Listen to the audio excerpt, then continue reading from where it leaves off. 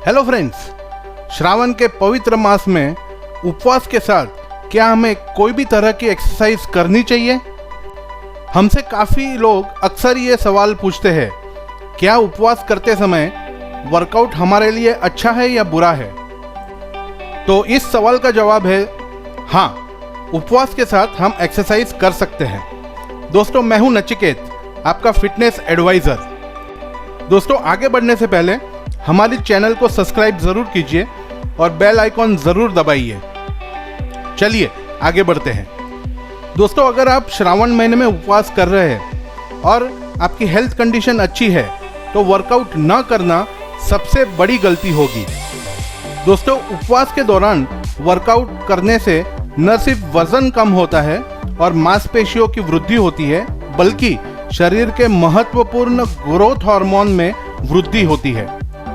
Research से ये पता चला है कि अगर उपवास हल्के फुल्के वर्कआउट के साथ किया जाता है तो आपकी इंसुलिन सेंसिटिविटी बढ़ती है और हमारे शरीर में काम आने वाले हार्मोन्स का स्तर भी बढ़ता है, जिससे डायबिटीज़ के मरीजों को काफ़ी फायदा होता है और वज़न कम होने में भी मदद मिलती है।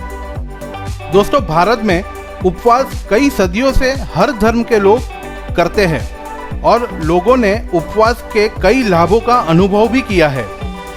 दूसरी ओर इंटरमिटेंट फास्टिंग ने 20वीं शताब्दी में लोकप्रियता हासिल की है। दोस्तों, 1912 से वेस्टर्न कंट्रीज में इंटरमिटेंट फास्टिंग पे काफ़ी रिसर्च हुआ है। दोस्तों, इंटरमिटेंट फास्टिंग और कुछ नहीं बल्कि पारंपरिक उपवास है जो हम भारत में कई सदियों से कर रहे हैं, जिसमें उपवास और खाने की निश्चित अवधि होती है।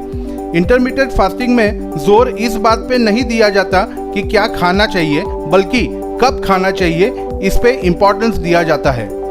उपवास करते समय वर्कआउट करने के कई बेनिफिट्स हैं। चलिए देखते हैं। बेनिफिट नंबर 1, शरीर में हार्मोन की पैदाश बढ़ती है। बेनिफिट नंबर 2, टेस्टोस्टेरोन का स्तर बहुत अच्छा होता है। बेनिफिट नंबर 3, स्ट्रेस, एंग्जाइटी और डिप्रेशन कम होता है, जिसे हम काफ़ी रिलैक्स महसूस करते हैं। बेनिफिट नंबर 4, शरीर में एड्रेनालाइन को बढ़ावा देता है। दोस्तों, ये हार्मोन से हमें हैवी वर्कआउट करने में काफ़ी मदद मिलती है। और बेनिफिट नंबर 5, आपको ऊर्जा काफ़ी अच्छी मात्रा में मिलती है, जिससे वर्कआउट में आपका फोकस बढ़ता है। हालांकि उपवास करते समय वर्कआउट करने के कुछ रूल्स हैं। अगर उपवास में वर्कआउट का मैक्सिमम बेनिफिट लेना है तो ये रूल्स समझना बहुत ज़रूरी है। रूल नंबर 1, खुद को हाइड्रेटेड रखें। मतलब पूरे दिन में आपकी बॉडी की रिक्वायरमेंट के हिसाब से आपको पानी या दूसरे लिक्विड पदार्थ पीने चाहिए। दोस्तों, ये कॉमन सेंस की बात है। इससे कोई फ़र्क नहीं पड़ता कि आप फास्टिंग कर रहे हैं या नहीं कर रहे। स्वस्थ जीवन के लिए पूरे दिन अच्छी तरह से हाइड्रेटेड रहना बहुत ही ज़रूरी है। वर्कआउट से पहले और बाद में आपको पानी पीना बहुत ज़रूरी है। इसे कुछ इस तरह से कर सकते हैं। वर्कआउट करने से 1 घंटे पहले नींबू पानी या नेचुरल सॉल्ट वाला पानी ज़रूर पिए। ये समझना ज़रूरी है कि वर्कआउट के दौरान बॉडी से काफ़ी मिनरल्स और सॉल्ट बाहर पसीने के थ्रू निकलते हैं। इसे रिफर्मिश करना बहुत ज़रूरी है। वर्कआउट के दौरान और वर्कआउट पूरे होने के 30 मिनट के अंदर वही पानी पिए या फिर सादा पानी भी पी सकते हैं। दोस्तों, पूरे दिन में एक नॉर्मल आदमी को 2 से 3 लीटर पानी ज़रूर पीना चाहिए। रूल नंबर 2, अपने शरीर को समझिए। दोस्तों, उपवास के दौरान आपके वर्कआउट के इंटेंसिटी को तय करना बहुत ज़रूरी है। अगर आपकी इंटेंसिटी सही होगी तो आपको मैक्सिमम बेनिफिट आपके वर्कआउट से मिल पाएगा। यदि आप फास्टिंग करने के आदी है और आप अच्छा महसूस कर रहे हैं तो आपको निश्चित रूप से स्ट्रेंथ ट्रेनिंग मतलब वेट लिफ्टिंग ज़रूर करनी चाहिए। हालांकि अगर आपने अभी अभी उपवास शुरू किया है और आप अच्छा महसूस नहीं कर रहे, आप कंफर्टेबल नहीं है, तो आपको स्ट्रेंथ ट्रेनिंग या हैवी वेट लिफ्टिंग अवॉइड करनी चाहिए। हाँ, लेकिन आप स्ट्रेचिंग, योगा या फिर कार्डियोवैस्कुलर वर्कआउट्स जैसे चलना, दौड़ना, साइकिलिंग, स्विमिंग ज़रूर कर सकते हैं। रूल नंबर 2 को समराइज करें तो अपने शरीर की सुने और उपवास के दौरान हमें कौन सा वर्कआउट करना चाहिए जिससे हम कंफर्टेबल महसूस करें वही वर्कआउट आप पसंद कीजिए। और ये सावधानी ज़रूर बरतें, अगर फास्टिंग के दौरान आप एक्सरसाइज से कंफर्टेबल महसूस नहीं कर रहे हैं तो या तो एक्सरसाइज बंद कर दीजिए या फिर थोड़े दिनों के लिए फास्टिंग बंद कर दीजिए। रूल नंबर 3, फास्टिंग के दौरान एक्सरसाइज करने के लिए कौन सा टाइम सही रहेगा। आमतौर पे ये देखा गया है कि लोग एक्सरसाइज करने का टाइम अपने प्रोफेशन और अपनी लाइफस्टाइल के मुताबिक तय करते हैं और इसमें कुछ गलत भी नहीं है। लेकिन अगर आप फास्टिंग कर रहे हैं, सुबह वर्कआउट करना 2 कारणों से सबसे अधिक फायदेमंद होता है। कारण 1, अगर आप देर शाम एक्सरसाइज करते हैं तो आपकी गहरी नींद, जिसे REM स्लीप भी कहते हैं, उसमें इंटरप्शन होता है, मतलब आपको गहरी नींद नहीं मिलती। और सुबह वर्कआउट करने का कारण दूसरा है, सुबह का वर्कआउट हमारे सर्कैडियन लय, मतलब सोने की और उठने की प्राकृतिक समय के लिए अच्छा है, क्योंकि सुबह हमारे ब्रेन की गतिविधि और हार्मोनल प्रोडक्शन और सेल का रीजनरेशन सबसे अच्छा होता है। आमतौर पे हमने पहले से ये सुना है कि एक्सरसाइज के 45 मिनट्स के अंदर हमें कुछ खा लेना चाहिए, लेकिन इंटरमिटेंट फास्टिंग यह सलाह देती है कि एक्सरसाइज के बाद तुरंत कुछ नहीं खाना है।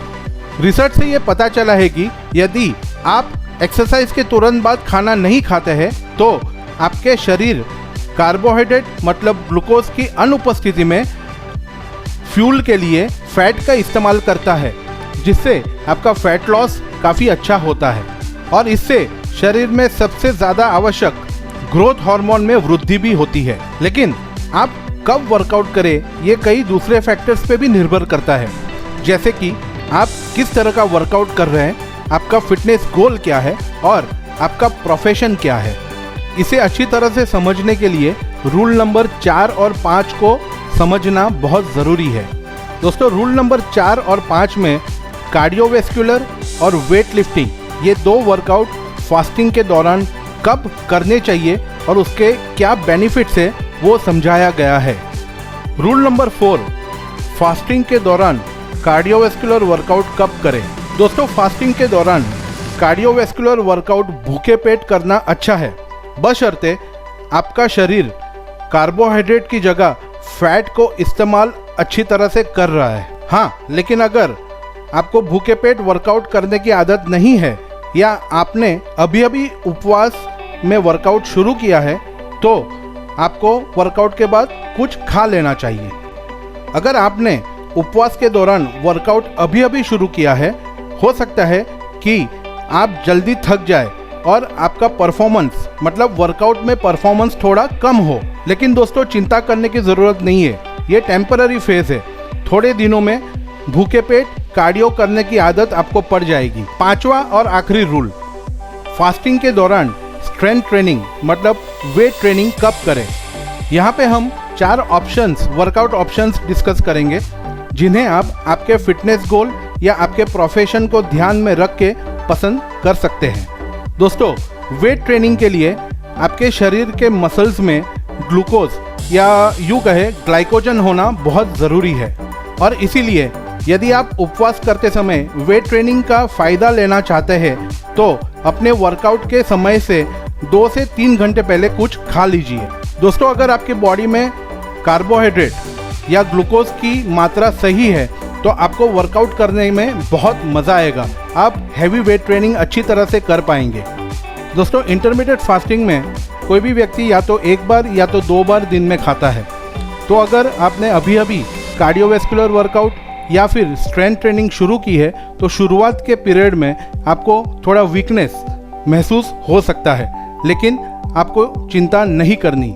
ये एक टेम्पररी फेज है। धीरे धीरे आपके शरीर को इंटरमिटेंट फास्टिंग के दौरान एक्सरसाइज करने की आदत पड़ जाएगी। जैसे कि हमने पहले ये वीडियो में बताया है, अगर आप वर्कआउट करने से 2 से 3 घंटे पहले नहीं खा सकते तो आपको वर्कआउट के तुरंत बाद कुछ खा लेना चाहिए। आप फास्टिंग की स्थिति में हैवी वेट ट्रेनिंग कर सकते हैं, लेकिन आपको अपने वर्कआउट के बाद भोजन करना होगा, क्योंकि मसल रिकवरी के लिए आपको ग्लूकोज और प्रोटीन की ज़रूरत पड़ेगी। आपको अपने फिटनेस गोल के अनुसार अपने व्यायाम के समय को तय करना पड़ेगा। ये काफ़ी सिंपल है। अगर आप अपना वज़न कम करना चाहते हैं तो आपको सुबह खाली पेट एक्सरसाइज करनी है, और यदि आपका लक्ष्य मसल बढ़ाना है तो आपको वर्कआउट के 2 से 3 घंटे पहले या तो वर्कआउट के बाद ज़रूर खाना चाहिए। दोस्तों, फास्टिंग में वर्कआउट के बेनिफिट के लिए आपके खाने के टाइम को वर्कआउट टाइम से मैच करना बहुत ज़रूरी है। दोस्तों, अगर आप फास्टिंग में एक्सरसाइज कर रहे हैं तो फास्टिंग के दौरान आपको क्या खाना चाहिए, इस विषय पर हम थोड़े दिनों में एक वीडियो पोस्ट करेंगे।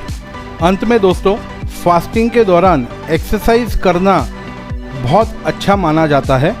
आपको इसे ज़रूर आजमाना चाहिए। ऐसा करने से बॉडी के अंदर जो इम्पोर्टेंट हार्मोन्स है उसका सिक्रेशन बढ़ता है, जिससे हेल्थ बेनिफिट्स काफ़ी होते हैं। ये वीडियो आपको कैसा लगा ज़रूर कमेंट करें और चैनल को सब्सक्राइब करना ना भूलें। Thank you for watching.